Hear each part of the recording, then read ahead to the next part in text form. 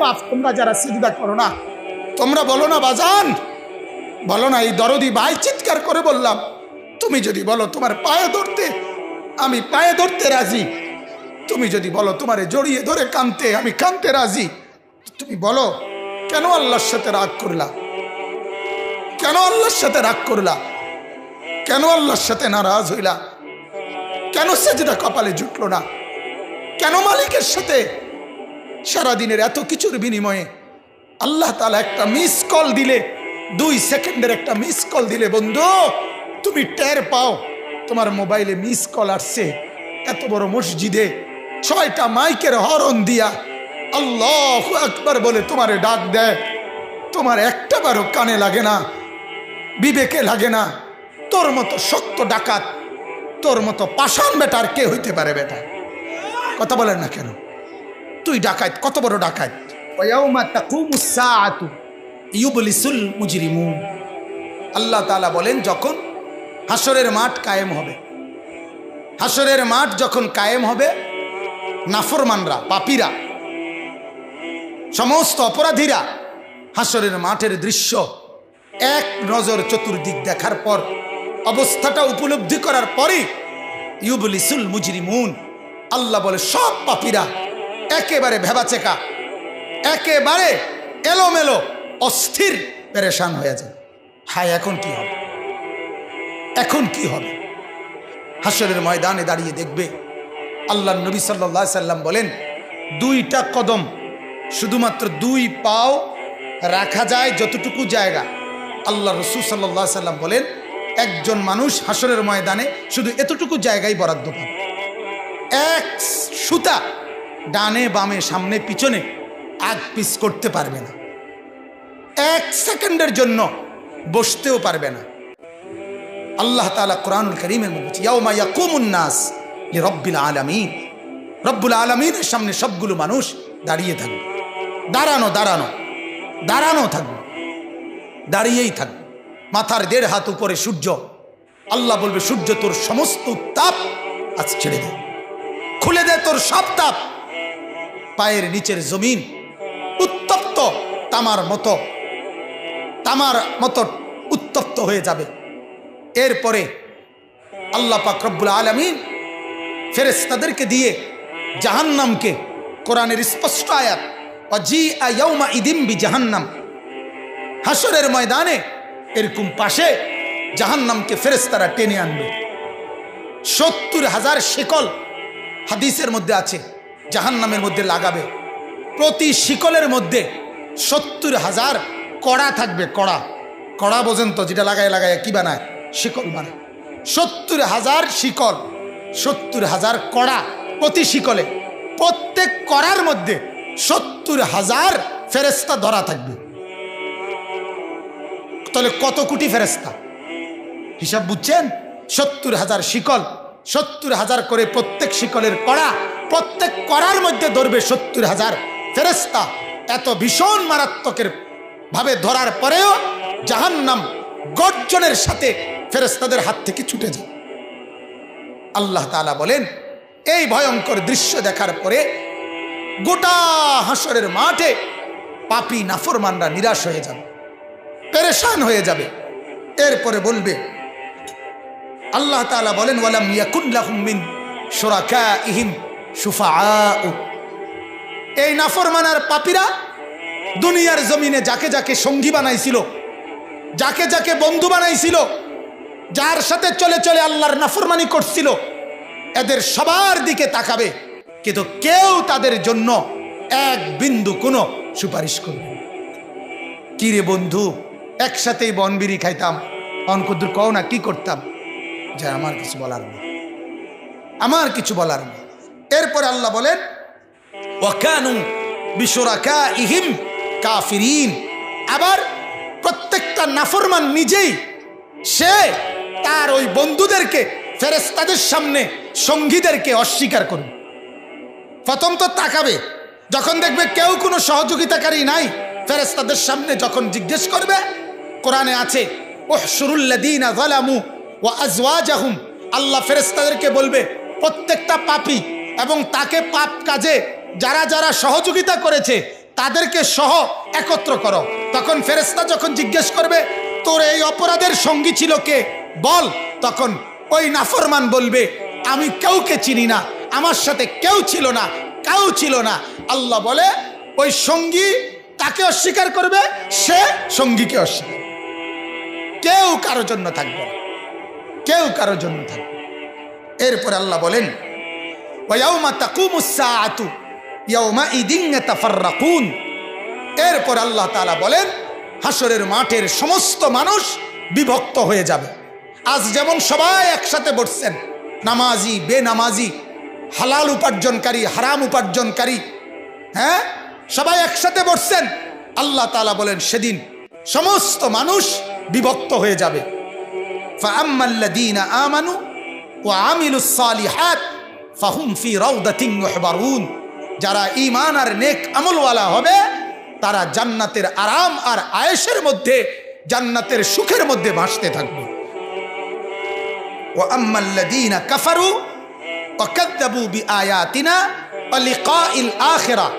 আর যারা আমার নাফরমানি করেছিল, আমার এই আয়াতগুলোকে অস্বীকার করেছে, কোরআনকে অস্বীকার করেছে, কোরআনকে গুরুত্ব দেয় নাই, কোরআনকে গুরুত্ব। মাদ্রাসা আপনার কোরআন পড়ায়। আমি সব সময় বলি কোরআন শুধু একটা বিষয়ের নাম না, বাংলা অঙ্ক ইংরেজি পদার্থ জীববিজ্ঞানের মতো এটাও একটা বিষয় না। না, বাংলা অঙ্ক ইংরেজির কোনো বিষয় আপনার জীবনে থাকুক বা না থাকুক, আল্লাহর কসম ঈমানের পরিচয়ের কারণে এই কোরআনের পরিচয় আপনার সাথে থাকতেই হবে। কথাটা বুঝছেন কিনা আমার? অর্থাৎ আপনি বাংলা জানেন আর অঙ্ক জানেন অথবা না জানেন, কিন্তু কোরআন আপনি জানেন, এ কথা আপনাকে বলতেই হবে, এ কথা আপনার জীবনে থাকতেই হবে, এ কথা জীবনে থাকতেই হবে। এ কথার কোনো যুক্তি নাই আমি শিক্ষিত তবে কোরআন জানি না, আমি শিক্ষিত তবে কোরআন পড়তে পারি না। যে জ্ঞান আল্লাহ চিনায় না, যে জ্ঞান সেজদা চিনায় না, যে জ্ঞান কোরআন পড়ায় না, ওই জ্ঞান জ্ঞান না, ওই জ্ঞান জ্ঞান না। কোরআনে আল্লাহ বলছে, সূরা আনফালের মধ্যে আছে, যেই জবান আমার কথা বলে না, যেই কান আমার কথা শুনে না, যেই দিমাগ আমাকে নিয়ে ভাবে না, আল্লাহ বলে ওই লোকটা হলো সর্বনিকৃষ্ট জানোয়ার, জানোয়ার, জানোয়ার। ইন্না শাররাদ দাওয়াবি ইনদাল্লাহ আস-সুম্মু আল বুকমু আল্লাযীনা লা ইয়াকিলুন। আল্লাহ বলে সর্বনিকৃষ্ট জানোয়ার আমি আল্লাহর নিকটে সে যে আমার কথা বলে না, আমার কথা শুনে না, আমার কথা ভাবে না। কেন কোরআন বাদ দিলাম? আপনারা যারা জীবন থেকে নিজের জীবন, ছেলের জীবন, মেয়ের জীবন, স্ত্রীর জীবন থেকে যারা এই কোরআন বাদ দিলেন, কেন বাদ দিলেন? কোন যুক্তিতে বাদ দিলেন? আরেকবার বিবেককে প্রশ্ন করি, কি কারণ হইতে পারে? মালিকের এই কোরআনের অপরাধটা কি? এই কোরআন আপনার ভুলে ভরা, কথা বলেন না কেন? এই কোরআন আপনার ভুলে ভরা, এই কোরআনের নিখুঁতের ক্ষেত্রে কোনো সন্দেহ আছে? তাহলে কি কারণ থাকতে পারে? বাংলা বইতে, অঙ্ক বইতে, ইংরেজি বইতে, পৃথিবীর কোনো, আমি তো পড়ছি, আমি দাখিল 1998 সালে আপনার বিজ্ঞান সায়েন্স থেকে, বিজ্ঞান বিভাগ থেকে 1998 সালে সমগ্র বাংলাদেশে সর্বোচ্চ নাম্বার পেয়ে ফার্স্ট স্ট্যান্ড করেছি, আলহামদুলিল্লাহ। আমি বিজ্ঞান পড়ছি, কুমিল্লা ভিক্টোরিয়া কলেজ থেকে আমি মাস্টার্স পাস করছি। অতএব আমি এটা বুঝাইতে চাই, পৃথিবীর কোন বাংলা অঙ্ক ইংরেজি পদার্থ জীববিজ্ঞানের একটা বইয়ের নাম আপনি বলেন যে বইয়ের শুরুতে লেখা আছে এই বইটি মানুষ বানাবার জন্য, মানুষ গড়বার জন্য লিখা হয়েছে, এটা কোন বই সেটা বলেন। কিন্তু আমরা কসম চ্যালেঞ্জ করে বলতে পারি এ কোরআন, তার মালিক বলছে হুদাল্লিন নাস, এটা মানুষ গড়বার জন্য, মানুষ বানাবার জন্য লেখা বানানো, এটা কোরআন বলছে একমাত্র। কোন বাংলা বইয়ের শুরুতে কথা নাই, কোন অঙ্ক বইয়ের শুরুতে কথা নাই, বরং ওই সবগুলো বইয়ের মাকসাদ একটাই, ইকোনমিক্যাল অ্যানিমেলে পরিণত করা। Man is economical animal. একজন মানুষ হবে শুধুমাত্র অর্থনৈতিক প্রাণী, টাকা উপার্জন করার একটা মেশিন, টাকা উপার্জন করার একটা যন্ত্র, এটাই হবে। কে কত বুদ্ধিমত্তা, কে কত জ্ঞান খাটাইয়া পৃথিবী সাজাবে, কত বেশি জমিনের উপরের অংশ সাজাবে আর দুনিয়ার কামাই রোজগারি করবে, এটাই হলো মূল টার্গেট, মূল মাকসাদ, মূল মাকসাদ। এই কারণে 18 বছর বয়সের একটা ছেলে অনেক কিছু পড়ালেখা করছে, কিন্তু এখনো খারাইয়া মুতে। কিন্তু আমার 6 বছরের বাচ্চা, এই নুরানি মাদ্রাসায় আমরা চ্যালেঞ্জ করি, কওমি মাদ্রাসা, নুরানি মাদ্রাসা, হাফিজি মাদ্রাসা, 6 বছরের বাচ্চা আমাদের কোনোদিন দাঁড়াইয়া পেশাব করে না, দাঁড়াইয়া মুতে না। আমরা শুধু পড়া শিখাই না, আমরা জিন্দিগি বানাই, জিন্দিগি। কওমি মাদ্রাসা শুধু শব্দ শিখায় না, কওমি মাদ্রাসা শুধু অক্ষর শিখায় না, কওমি মাদ্রাসা জীবন গড়ে দেয়, জীবন, আখলাক গড়ে দেয়, আখলাক, জিন্দিগি বানায় দেয়, জিন্দিগি। 6 বছরের এক বাচ্চা নেই, আমরা 5 বছরের ভিতরে আমরা হাফেজে কোরআন বানায়া তারে বাড়িতে পাঠাই। বলেন আলহামদুলিল্লাহ, বলেন আলহামদুলিল্লাহ। আল্লাহ তাআলা মূসা নবীকে বলছিল, মূসা নবীর মাকে, ও মূসার মা, তোমার কোলের বাচ্চাটা বাক্সত বইরা পানি থালায় দাও, নদীতে ফেলাই দাও। তুমি পারতা না, ফেরাউনের ভয়ে তুমি রাখতে পারতা না, ফেলে দাও, এরে বাক্সত ভরে ছেড়ে দাও, নদীতে ছেড়ে দাও। মনে করো পানিতে বাসাইয়া দিলারি, কিন্তু আমি ওয়াদা দিলাম, ইন্না রাদ্দুহু ইলাইকে, মূসার মা, আমি ছেলেটা তোমার কাছে ফেরত দেব। ওয়া জাইলুহু মিনাল মুরসালিন, শুধু ফেরত দেব না মা, আমি তোমাকে একটা রসুল বানাইয়া তারপরে ফেরত দেব। মূসাকে আমি নবী বানায় দেব, নবী। ঠিক আমরাও বলি আপনাদের কাছে, আমরা 6 বছরের একটা বাচ্চা আপনাদের কাছে চাই, এই বাচ্চাটা আপনি আমাদের মাদ্রাসায় দেন, আমরা একটা হাফেজে কোরআন বানায়া আপনার বাড়িতে পাঠাবো ইনশাআল্লাহ, ইনশাআল্লাহ।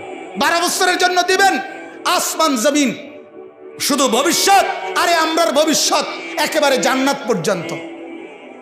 ভবিষ্যতে কি করবে আপনি আমারে আগে বলেন।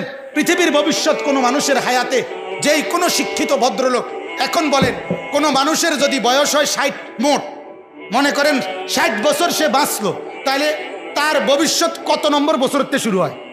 45-তে। কথা কোন কত থেকে কোন? তাহলে এটা ভবিষ্যৎ কোন কোন বছরের থেকে? কি 35-তে না 45 থেকে? হ্যাঁ, পড়ালেখা শেষ করছে, যদি হেতে পড়ালেখা না করে তাহলে কথা বলেন না কেন? তাহলে আপনি 60 বছর রে 3 ভাগে কেমনে ভাগ করলেন? যে 60 বছরের মধ্যে প্রথম 20 বছর হলো অতীত, মাঝখানের 20 বছর হলো বর্তমান, শেষের 20 বছর হলো ভবিষ্যৎ। এটা কোন যুক্তি? আমারে বলেন না, এটা কোনো যুক্তি হলো নি? কথা বলেন না। এজন্য মানুষের হায়াত পুরাটাই বর্তমান, ভবিষ্যৎ শুধুমাত্র আখিরাত। ভবিষ্যৎ কি বলেন না? আখিরাত, আখিরাত। ওয়াল তানজুর নাফসুম মা কদ্দামাত লিগাদ।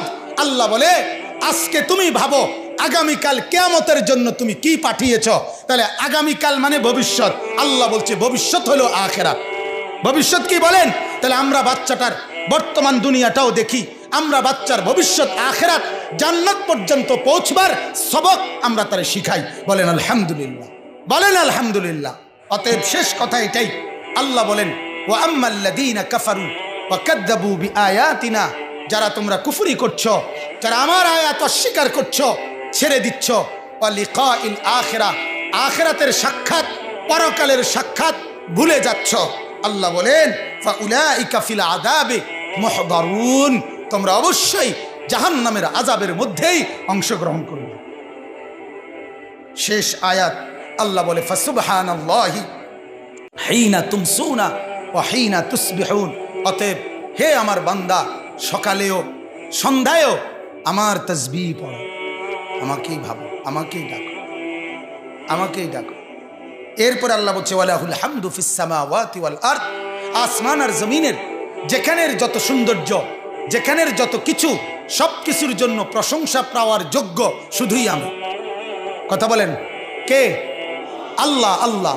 ওয়া আশিয়ান ওয়া হিনা তুজহিরুন, আল্লাহ বলে বিকাল বেলা আমাকেই ডাকো, ওয়া হিনা তুজহিরুন, 2 প্রহরে দুপুর বেলা আমাকেই ডাকো। আল্লাহ বলে, বান্দা শুধু আমাকেই ভাবো, আমাকেই ডাকো, আমার সাথেই সম্পর্ক গড়ো। কাজেই মুসলমান, আপনার যে সন্তান ফজরের নামাজের সেজদা কপালে জোটে না, আমি বললাম, আমার নাম আনিসুর রহমান, আমি চ্যালেঞ্জ করলাম, আপনার যেই ছেলে ফজরের নামাজ পড়ে না, মেয়ে ফজরের নামাজ পড়ে না, এ ভদ্র না, ভদ্র নয়, ভদ্র নয়, অসভ্য, অসভ্য, অসভ্য। তুমি যদি সাহস থাকে তো তুমি প্রতিবাদ করো, তুমি যুক্তি দাও। আমি বসুন্ধর কারণে তুমি বলো, সেজদাবিহীন কোন মুসলমান ইমানদারের ছেলে মেয়ে বিবি যার কপালে সেজদা নাই, সে শিক্ষিত হয় নাই, সে সভ্য হয় নাই, সে ভদ্র হয় নাই। আল্লাহ কোরআনে বলছে, ইবলিসকে, ইবলিস তুই সেজদা করলি না, অহংকার করেছিস, তুই বের হ আমার থেকে। জন্য যে সেজদা করে না সে অহংকারী, আর অহংকারীকে ভদ্র বলে না। কথা বলেন না কেন? অহংকারীকে কি বলে না? ভদ্র বলে না। নাই তো বলেন আপনি পৃথিবীর কোন ডিকশনারিতে আছে কথা যে অহংকারীকে সভ্য বলে, অহংকারীকে ভদ্র বলে? আল্লাহ তো কোরআনে বলছে সেজদা না করা এটা অহংকার। এটা কি বলেন না? তাইলে অহংকারী কি ভদ্র হয়? অহংকারী কি সভ্য হয়? অতএব ছেলেকে ভদ্র বানান, ছেলেকে সভ্য বানান। পড়েন আপনি, কোনো সমস্যা নাই। বাংলা পড়েন, অঙ্ক পড়েন, ইংরেজি পড়েন, পদার্থ পড়েন, জীববিজ্ঞান পড়েন, হিমালয় পর্বত ফুরাডা ফইরা বাইতলে যাই পড়েন, কোনো মানা নাই। আটলান্টিক মহাসাগর পইরা বাইতাই নালান, কোনো আপত্তি নাই। কিন্তু কোরআন বাদ দিলেন কেন? সেজদা বাদ দিলেন কেন? গোলামি বাদ দিলেন কেন? বন্দিগি বাদ দিলেন কেন? আল্লাহকে ছেড়ে দিলেন কেন? আল্লাহর সাথে দুশ্মনী কেন? যে ছেলেটা সারাদিন একটা ওয়াক্ত নামাজ পড়ে না, যে বিবি একটা ওয়াক্ত নামাজ পড়ে না, যে মেয়েটা পর্দা করে না, তারে জিজ্ঞাসা করেন না যে মা সবার সাথে সম্পর্ক বজায় রাখো, মালিকের সাথে কেন দুশ্মনী? আল্লাহর লগে কি নারাজি হইলা? আল্লাহর সাথে কি দুশ্মনী? আল্লাহর লগে কেন রাগ করলা? কেন রাগ করলা? এই বাপ, তোমরা যারা সেজদা করো না, তোমরা বলো না বাজান, বলো না। এই দরদি ভাই চিৎকার করে বললাম, তুমি যদি বলো তোমার পায়ে ধরতে, আমি পায়ে ধরতে রাজি। তুমি যদি বলো তোমারে জড়িয়ে ধরে কাঁদতে, আমি কাঁদতে রাজি। তুমি বলো কেন আল্লাহর সাথে রাগ করলা? কেন আল্লাহর সাথে রাগ করলা? কেন আল্লাহর সাথে নারাজ হইলা? কেন সেজদা কপালে জুটলো না? কেন মালিকের সাথে সারাদিনের এত কিছুর বিনিময়ে আল্লাহ তাআলা একটা মিস কল দিলে, 2 সেকেন্ডের একটা মিস কল দিলে বন্ধু তুমি টের পাও তোমার মোবাইলে মিস কল আসছে। এত বড় মসজিদে 6টা মাইকের হরন দিয়া আল্লাহু আকবার বলে তোমারে ডাক দেয়, তোমার একটা বারও কানে লাগে না, বিবেকে লাগে না। তোর মতো শক্ত ডাকাত, তোর মতো পাষাণ বেটার কে হইতে পারে? বেটা কথা বলেন না কেন? তুই ডাকাত, কত বড় ডাকাত! হ্যাঁ, এজন্য ইনশাআল্লাহ আল্লাহকে রাজি করব। বলেন ইনশাআল্লাহ। সেজদা করব তো ইনশাআল্লাহ। যুবকরা তোমরা বলো না ইনশাআল্লাহ। নওজোয়ান তোমাদেরকে বলি, আমার আশা ভরসার স্বপ্ন এই নওজোয়ানদেরকে জাগানো। আমি সারা দিন রাত চাই যুবকরা জেগে উঠুক, কারণ আগামীর পৃথিবী, গোটা বিশ্ব 2 ভাগ হবে। এটাই পৃথিবীর পুরা ভবিষ্যৎ। এক ভাগ পুরাপুরি দাজ্জালের অনুসারী কাফের, আরেক ভাগ মাহাদির অনুসারী ইমানদার। এই 2 ভাগে পৃথিবী অচিরেই বিভক্ত হয়ে যাবে। তুমি যদি মাহাদির পক্ষে থাকতে না পারো, তুমি যদি দাজ্জালের ধোকায় পড়ে যাও, আল্লাহর কসম ঈমান নিয়ে কবরে যাইতে পারবা না। অতএব আমি তোমার ঈমান চাই, আমি যুবকের ঈমান চাই, আমি যুবকের আখিরাত চাই। আল্লাহ তাআলা আমাদের প্রত্যেককে ঈমান আমলের দৌলত দান করেন, কবুল করেন।